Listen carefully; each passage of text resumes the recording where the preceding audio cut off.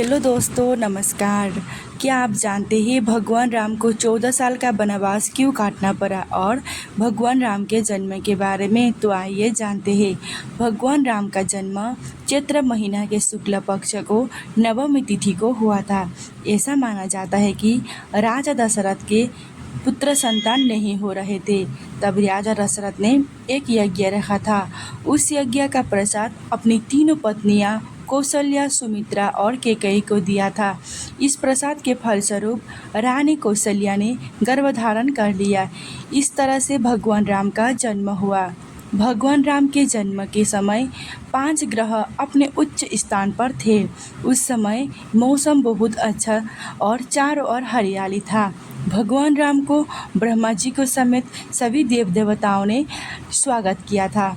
भगवान राम का जन्म उत्सव रामनवमी को पूरी दुनिया में मनाया जाता है। भगवान राम के 3 भाई थे, भरत, शत्रुघ्न और लक्ष्मण। भगवान राम की माँ कैकेयी थी।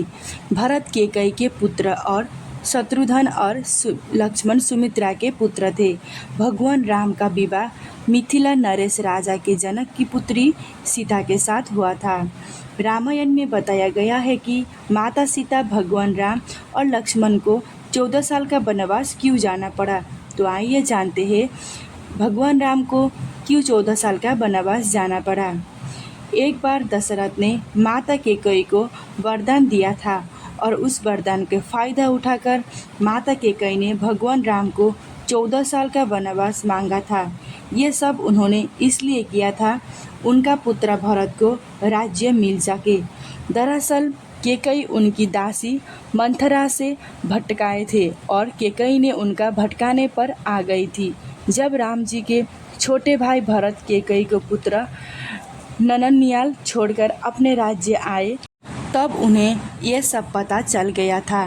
तब भरत ने अपनी माता कैकेयी पर बहुत क्रोधित हुआ और वो अपने भाई को खोजने के लिए वनवास निकल गए।